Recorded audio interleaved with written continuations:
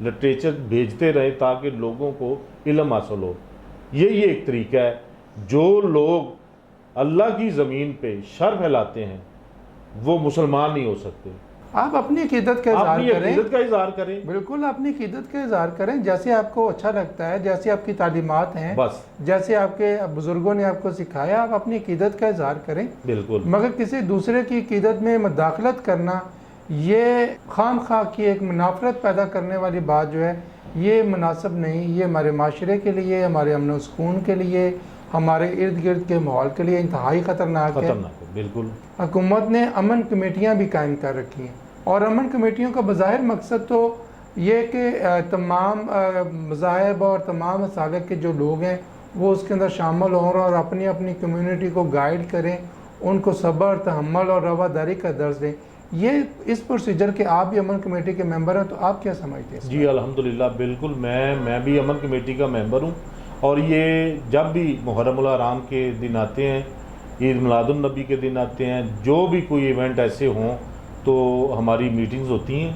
اس میں D C Os اور اے سی صاحبان, پولیس کا عملہ, وہ سارے بیٹھ کے اس میں تمام مکاتب فکر کے لوگ آتے ہیں, جو کہ اس میں اگر کوئی پرابلم کسی جگہ پہ بھی, کوئی سپاٹ پہ کوئی ایسی جگہ, کوئی ایسا معاملہ ہے, تو وہاں ڈسکس کیا جاتا ہے کہ اس کو کیسے روکا جائے, اسے کیسے ٹھیک کیا جائے. اور آپس میں محبت اور رواداری کا یہی پرچار ہوتا ہے کہ لوگوں کو آپ نے جو جس کمیونٹی سے ہیں, جس مسلک سے ہیں, آپ لوگوں نے ان کو آپس میں محبت اور بھائی چارے کا درس دینا ہے تاکہ آپس میں کوئی نفرت پیدا نہ ہو. ایک چیز اور ملک صاحب ایڈ کرتے جاؤں, میں آپ کے ساتھ شیئر کرنا چاہتا ہوں کہ یہ جو منافرت پھیلائی جاتی ہے یہ ممبر سے نہیں پھیلائی جاتی. آپ کیا سمجھتے ہیں کہ اس منافرت کو ختم کرنے اور ہم آہنگی کے پرچار کو اور اس کو آگے بڑھانے کے لیے ممبر جو ہے وہ بہتر کردار ادا کر سکتا ہے دوسرے پلیٹ فارم کی نسبت؟ جی آپ نے ٹھیک کہا کہ ممبر پہ جا کے جتنے بھی علماء دین ہیں, علماء حق ہیں, وہ جا کے جب تقاریر کرتے ہیں تو ان کو چاہیے کہ وہ کسی دوسرے مذہب کے کوئی بڑے کو, جو وہ ان کے لیے معتبر ہیں, جو ان کے لیے قابل احترام ہیں, ان کے بارے میں کوئی ایسی گفتگو نہ کریں جس کی وجہ سے ان کی دل آزاری ہو. عزت اور احترام سے آپ اپنے بزرگوں کا, ان کے فضائل بیان کریں, ان کی باتیں کریں, کسی کو کوئی اعتراض نہیں ہوگا. موضوع بڑا خوبصورت ہے, جی چاہ رہا اور اس کے اندر گفتگو کی جائے, مگر ہمارے کچھ عرصہ پہلے ضلع قصور کے اندر پیدر پہ کچھ واقعات ہوئے, اور اعلیٰ حکومتی شخصیات جو ہیں وہ ضلع قصور چونیا کے اندر تشریف لے کے آئیں, اور انہوں نے چونیا کو اور ضلع قصور کو, تو قصور شہر کو انہوں نے پہلے سے شامل کیا ہوا تھا, اور انہوں نے ضلع قصور کے تمام اہم شہر خاص طور پہ چونیا کو سیف سٹی پروجیکٹ کے اندر شامل کرنے کا جو نا وہ اعلان کیا تھا, جس میں وزیر اعلیٰ پنجاب اور وزیر قانون اور وزیر داخلہ راجہ بشارت صاحب وہ پیش تھے. مگر اس پہ عمل درآمد, اس واقعے کو تقریباً 2 سال سے زائد عرصہ گزر گیا ہے, مگر اس پہ عمل درآمد کی کوئی صورت ابھی نظر نہیں آ رہی. چوری ڈکیتی بالکل معمول بن چکا ہے, کار موٹر سائیکل کی چوری جو ہے وہ ایک معمول بن چکا ہے. ڈاکو دن دہاڑے لوگوں کو گھروں میں جا کے گھس جاتے ہیں, ان سے ان کا مال لوٹ لیتے ہیں, ان کو تشدد کا نشانہ بناتے ہیں.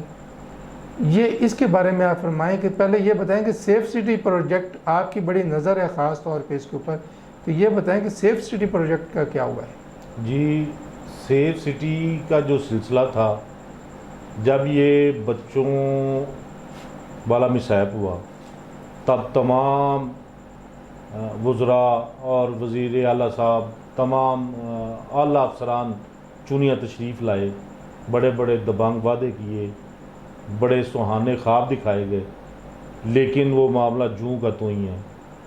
کیا اس کے بعد یہاں کوئی واقعات نہیں ہوئی؟ بے شمار واقعات ہوئے ہیں, اس سے بڑے ہیں, کام نہیں ہوئے. کیا وجہ ہے؟ اس کی وجہ یہ ہے کہ لوگوں کو جو غلط کرتا ہے ان کو سزا نہیں ملی. جب ان لوگوں نے جہاں پر تفتیش شروع کی, کئی چیزیں ان کے سامنے آئیں, ان لوگوں نے ان لوگوں کو کیوں نہیں ٹچ کیا؟ وہ لوگ آج بھی سیف ہیں. بالکل صحیح. ٹھیک ہے, سیف سٹی کا وعدہ کیا, 2 سال سے اوپر کا عرصہ گزر گیا, یہاں نام و نشان نہیں سیف سٹی کا. یہاں گشت کے لیے وہ ہونڈا موٹر سائیکل دی تھیں کہ یہ شہر میں گشت کریں گے, وہ 2-4 ماہ کے بعد وہ بھی چلے گئے, اور انہوں نے بھی بگاڑ پیدا کر دیا ادھر کئی چیزوں سے. وہ ایک وقتی کارروائی تھی, وقتی امن کی کہ کوشش تھی, مستقل سطح کے اوپر جو نہ کوئی ایسی کارروائی یا کوئی ایسا لائے عمل لے کے نہیں آیا گیا کہ جس سے اس علاقے کے اندر امن ہو سکے اور لوگ سکھ کا سانس لے سکیں. جی, یہ سیف سٹی بہت اہم ضرورت ہے ہماری, شہر چونیا کی بہت ضرورت ہے. سیف سٹی کا وعدہ کیا گیا, اور یہ وزیر اعظم پاکستان سے میری 49 نیوز کے حوالے سے ان سے ایک ریکویسٹ ہے, وزیر اعلیٰ پنجاب سے ریکویسٹ ہے کہ یہ جو ہمارے ساتھ وعدہ کیا گیا کم از کم یہ سیف سٹی کا وعدہ تو پورا کیا جائے. ہم ان کے بڑے ممنون ہوں گے, کیونکہ ہمارے بچے غیر محفوظ ہیں, ہمارے گھر غیر محفوظ ہیں. یہ صرف اسی لیے نہیں, شہر میں کرائم کے حوالے سے بھی اس کا بڑا فائدہ ہوگا.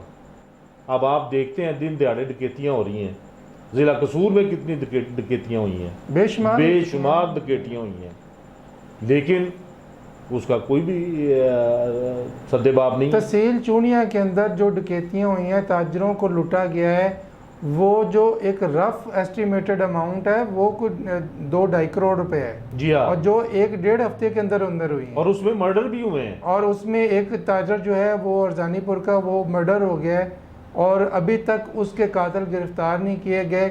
بڑے وعدے وعید کیے گئے. بالکل ڈی پی او صاحب بڑا اچھا کام کر رہے ہیں, ان کے ایس ایچ اوز اور ان کے ڈی ایس پیز بہت اچھا کام کر رہے ہوں گے, مگر یہ اچھائی تو تب سامنے آئے گی جب آپ مجرموں کو پکڑیں گے, ان کو کیفر کردار تک پہنچائیں گے, ان کو جیلوں میں لے کے جائیں گے, ان کو سزائیں ہوں گی, تو آپ کی کارکردگی کو مانا جائے گا. ویسے کیسے مانا جائے گا کہ آپ نے ایف آئی آر دے دی؟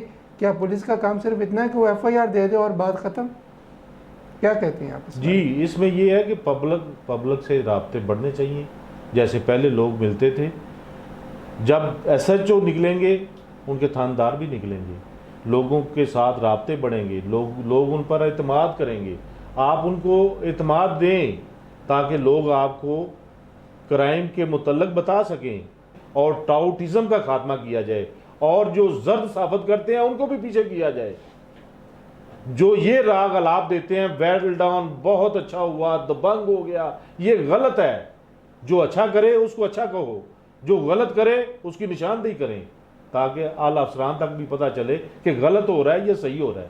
یہ آپ دیکھیں کہ پچھلے ہفتے کے اندر الہ آباد کے ادماع سے ایک تاجر کو اغوا کیا گیا, اور ڈی پی او صاحب نے, ان کی ٹیم نے بڑا اچھا کام کیا, اور اسی دن ودن آورز انہوں نے بڑی محنت سے اس مغوی تاجر کو بازیاب کروا لیا.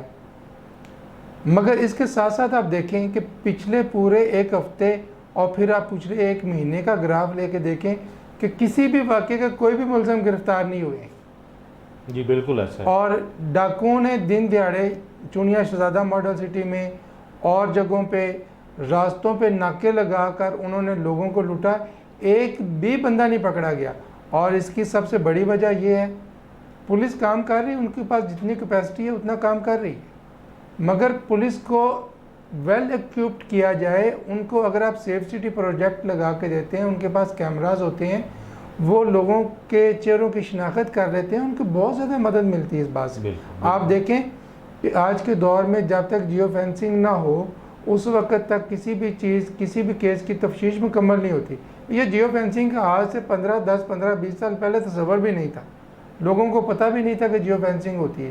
مگر آج لوگ اپنی آواز کے ذریعے, اپنے کال ریکارڈ کے ذریعے وہ پکڑے جاتے ہیں. جدید ٹیکنالوجی ہے, اب وقت کی اہم ضرورت ہے.